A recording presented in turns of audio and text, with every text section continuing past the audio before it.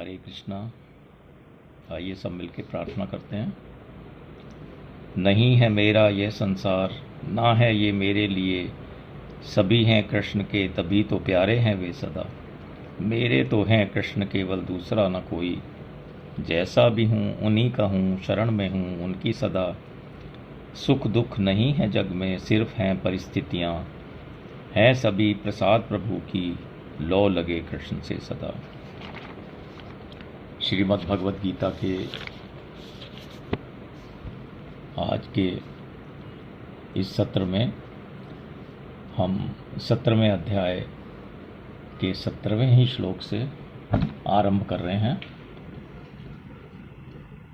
आगे बढ़ने से पहले पिछले सत्र में अर्थात 16वें श्लोक तक बताई गई चर्चा श्लोकों और उनकी व्याख्या को अपने ध्यान में ले आइए, ताकि आगे बढ़ने में समझने में सुविधा हो। अब भगवान आगे के 3 श्लोकों में क्रमशः सात्विक, राजस और तामस तप का वर्णन कर रहे हैं।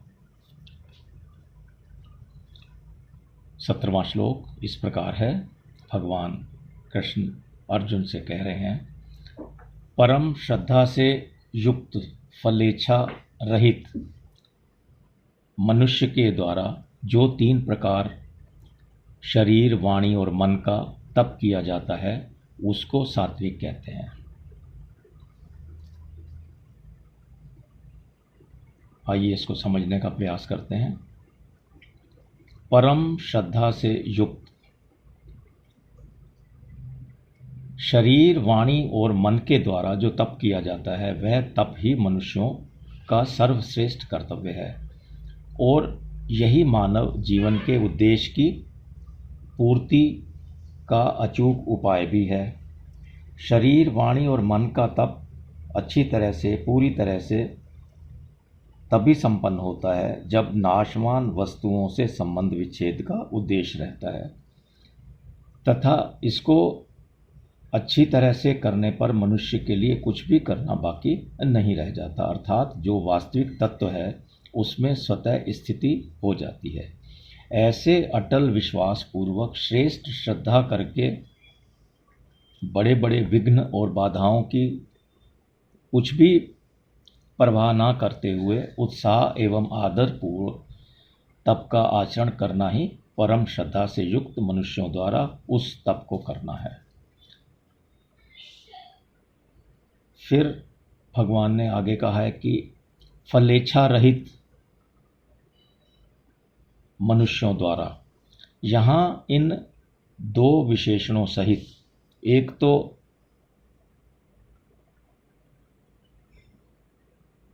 मनुष्य द्वारा कहा गया है, तो यह मनुष्य द्वारा कहने का तात्पर्य यह है कि आंशिक सद्गुण सदाचार तो प्राणी मात्र में रहते ही हैं, परंतु मनुष्य में यह विशेषता है कि वह सद्गुण सदाचारों को पूरी तरह एवं विशेषता से अपने में ला सकता है और दुर्गुण, दुराचार, कामना, मूढ़ता आदि दोषों को सर्वथा मिटा सकता है। निष्काम भाव मनुष्यों में ही ऐसा संभव है। सात्विक तप में तो नर शब्द दिया है, परंतु राजस तामस तप में मनुष्यवाचक शब्द दिया ही नहीं है। कहने का आशय यह है कि अपना कल्याण करने के उद्देश्य से मिले हुए अमूल्य शरीर को पाकर भी जो कामना, दंभ, मूढ़ता आदि दोषों को पकड़े हुए हैं, वे मनुष्य कहलाने के लायक ही नहीं है। तो ये अंतर रखा है भगवान ने सात्विक तप के विषय में बात करते हुए नर शब्द दिया है, और बाकी दोनों की जब बात की है तप संबंधी, तो उसमें नर अथवा मनुष्य शब्द का प्रयोग ही नहीं किया है उन्होंने। फल की इच्छा ना रखकर निष्काम भाव से तप का अनुष्ठान करने वाले मनुष्यों के लिए यहाँ यह शब्द आए हैं।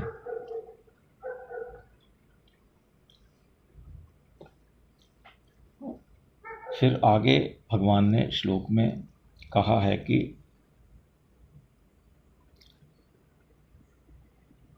3 प्रकार यानी कि शरीर, वाणी और मन, तीन प्रकार का तप किया जाता है। तो केवल शरीर द्वारा ही तप नहीं होता है, शरीर द्वारा, वाणी द्वारा और मन द्वारा। यहाँ केवल सात्विक तप में त्रिविध पद दिया है और राजस तथा तामस पद में त्रिविध पद न देकर यत तत् कहकर ही काम चलाया है। इसका आशय यह है कि शारीरिक, वाचिक और मानसिक तीनों तप केवल सात्विक में ही पूर्णतया से किए जा सकते हैं। सात्विक मनुष्य ही इनको पूर्णतया से कर सकता है। राजस और तामस में तो आंशिक रूप से ही इनको किया जा सकता है। इसमें भी राजस में कुछ अधिक लक्षण आ जाएंगे, क्योंकि राजस मनुष्य का शास्त्र विधि की तरफ ख्याल रहता है, परंतु तामस तो उन तपों के बहुत ही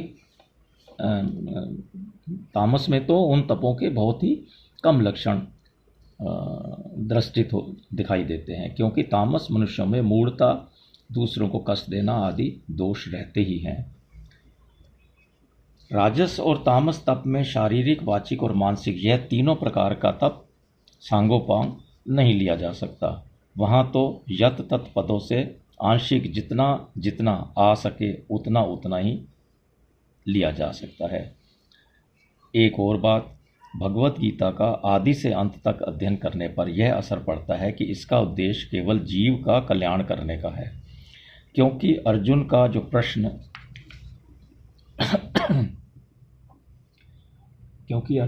प्रश्न है वह निश्चित श्रेय अर्थात कल्याण का है। जैसा कि दूसरे अध्याय के 7वें श्लोक में, तीसरे अध्याय के दूसरे श्लोक में और 5वें अध्याय के पहले श्लोक में अर्जुन ने भगवान से कहा था। भगवान ने भी उत्तर में जितने साधन बताए वे सब जीवों का निश्चित कल्याण हो जाए, इस लक्ष्य को लेकर ही बताए हैं।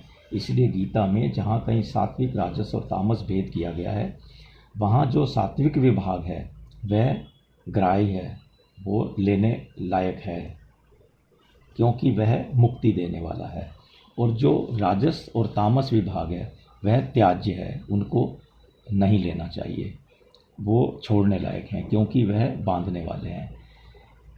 इसी आशय से भगवान ने यहाँ सात्विक तप में शारीरिक, वाचिक और मानसिक इन तीनों तपों का लक्ष्य करके त्रिविधम शब्द प्रयोग किया है, तीन प्रकार के तप का प्रयोग किया है। परम श्रद्धा से युक्त फल को न चाहने वाले मनुष्यों के द्वारा जो तप किया जाता है वह सात्विक तप कहलाता है। इस प्रकार हमने 17वें श्लोक को समझने का प्रयास किया। अब हम इसी कड़ी में 18वें श्लोक की तरफ बढ़ रहे हैं। 18वां श्लोक इस प्रकार है। भगवान कृष्ण अर्जुन से कह रहे हैं, जो तप सत्कार, मान और पूजा के लिए तथा दिखाने के भाव से भी किया जाता है वह इस लोक में अनिश्चित और नाशवान फल देने वाला तप राजस कहा गया है। आइए इसको समझते हैं। राजस मनुष्य सत्कार, मान और पूजा के लिए ही तप किया करते हैं। जैसे हम जहाँ जहाँ जाएंगे वहाँ हमें लोग तपस्वी समझकर हमारी आगवानी के लिए सामने आएंगे। गांव भर में हमारी सवारी निकलेगी, जगह जगह लोग हमें उत्थान देंगे, हमें बैठने का ऊंचा आसन देंगे, हमारे नाम का जय घोष करेंगे, हमसे मीठा बोलेंगे, हमारा अभिनंदन पत्र देंगे हमें, इत्यादि बाह्य क्रियाओं द्वारा हमारा सत्कार करेंगे।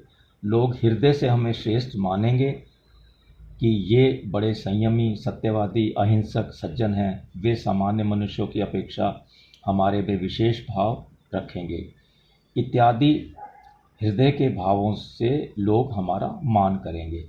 जीते जी लोग हमारे चरण धोएंगे, हमारे मस्तक पर फूल चढ़ाएंगे, हमारे गले में माला पहनाएंगे, हमारी आरती वगैरह उतारेंगे, हमें प्रणाम करेंगे, हमारी चरण रज को सिर पर चढ़ाएंगे और मरने के बाद भी हमारी बैकुंठी निकालेंगे, हमारा स्मारक बनवाएंगे। लोग उस पर श्रद्धा भक्ति से पत्र, पुष्प, चंदन, वस्त्र, जल आदि चढ़ाया करेंगे, हमारे स्मारक की परिक्रमा करेंगे, इत्यादि क्रियाओं से हमारी पूजा किया करेंगे। तो इस प्रकार की कामना उनके मन में रहती है। अभी भी और मरने के बाद की भी। भीतर से तप पर श्रद्धा और भाव न होने पर भी बाहर से केवल लोगों को दिखाने के लिए आसन लगाकर बैठ जाना, माला घुमाने लग जाना, देवता आदि का पूजन करने लग जाना, सीधे सरल चलना, हिंसा ना करना, यह दिखाने के लिए। जब कोई आता दिखाई देता है, अंदर से चाहे भाव नहीं हो लेकिन दिखाने के लिए ऐसा करना शुरू कर देते हैं। राजस तप का फल चल और अध्रुव कहा गया है। अध्रुव मतलब ध्रुव मीन्स अटल, तो ध्रुव का उल्टा अध्रुव, जो अटल नहीं है। तो राजस तप का फल चल और अध्रुव कहा गया है। तात्पर्य यह है कि जो तप सत्कार, मान और पूजा के लिए किया जाता है, उस राजस तप का फल यहाँ चल अर्थात नाशवान कहा गया है। और जो तप केवल दिखावटीपन के लिए किया जाता है, उसका फल यहाँ अध्रुव अर्थात अनिश्चित फल, मिले या ना मिले, दम्भ सिद्ध हो या ना हो, कहा गया है। इस राजस तप का इष्ट फल प्राय यहाँ ही होता है, कारण कि सात्विक पुरुषों का तो ऊर्ध्व लोक में फल मिलता है, तामस मनुष्यों का अधोलोक और राजस मनुष्यों का मध्य लोक में। गीता के 14वें अध्याय के 18वें श्लोक में इस बात को बताया जा चुका है। इसलिए राजस तप का फल न स्वर्ग होता है न नरक होता है, किंतु यहाँ ही महिमा होकर, प्रशंसा होकर समाप्त हो जाता है। राजस मनुष्य के द्वारा शारीरिक, वाचिक और मानसिक तप हो सकता है क्या? अब ये प्रश्न पैदा होता है। फलेच्छा होने से वह देवता आदि का पूजन कर सकता है, इसमें कुछ सीधा सरलपन भी रह सकता है, ब्रह्मचर्य रहना तो मुश्किल है, अहिंसा भी मुश्किल है, पुस्तक आदि पढ़ सकता है, उसका मन हरदम प्रसन्न नहीं रह सकता और सौम्य भाव भी सदा नहीं रह सकता। कामना के कारण उसके मन में संकल्प विकल्प होते रहते हैं, वह केवल सत्कार, मान, पूजा और दंभ के लिए ही तप करता है।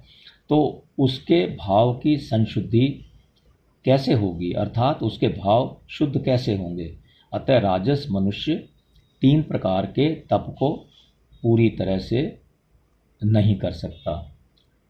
3 प्रकार के तप जो कि पिछले श्लोक में बताए गए थे, कायिक, वाचिक और मानसिक। तो ये वो उसके लिए करना संभव ही नहीं है। इस प्रकार 18वें श्लोक को समझने का प्रयास किया हमने। अब हम 19वें श्लोक की तरफ बढ़ रहे हैं। इसी कड़ी में वो श्लोक है, अर्थात तप के विषय में ही यह श्लोक है। भगवान कृष्ण अर्जुन से कह रहे हैं, जो तप मूर्तापूर्वक हठ से अपने को पीड़ा देकर अथवा दूसरों को कष्ट देने के लिए किया जाता है, वह तप तामस कहा गया है। आइए इसको समझने का प्रयास करें। तामस तप में मूर्तापूर्वक आग्रह होने से अपने आप को पीड़ा देकर तप किया जाता है। तामस मनुष्यों में मूर्ता की प्रधानता रहती है, ऐसा हम पहले भी जान चुके हैं। जिसमें शरीर को, मन को कष्ट हो, उसी को वे तप कहते हैं। वे दूसरों को दुख देने के लिए तप करते हैं। उनका भाव रहता है कि शक्ति प्राप्त करने के लिए तप अथवा संयम आदि करने से मुझे भले ही कष्ट सहना पड़े, पर दूसरों को नष्ट भ्रष्ट तो करना ही है मुझे। तामस मनुष्य दूसरों को दुख देने के लिए न उन 3 कायिक, वाचिक और मानसिक तपों के आंशिक भाग के सिवाय मनमाने ढंग से उपवास करना, शीत धाम को सहना, सर्दी गर्मी को सहना अथवा सर्दी और उष्णता को सहना आदि तप भी कर सकता है। तामस मनुष्य का उद्देश्य दूसरों को कष्ट देने का रहता है, उनका अनिष्ट करने का रहता है। अतः ऐसे उद्देश्य से किया गया तप तामस कहलाता है। इस प्रकार सात्विक मनुष्य फल की इच्छा न रखकर परम श्रद्धा से तप करता है, इसीलिए वास्तव में वही मनुष्य कहलाने लायक है।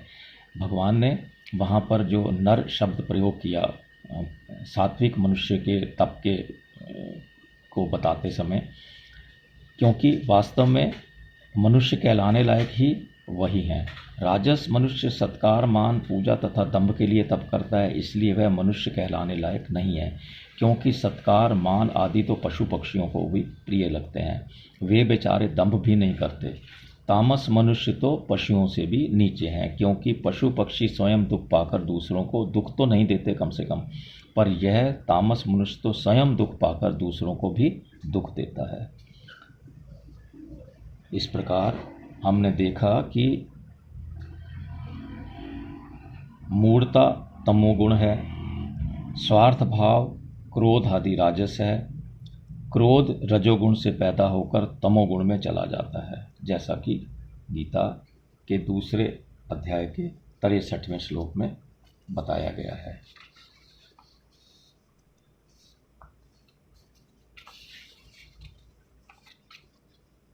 इस प्रकार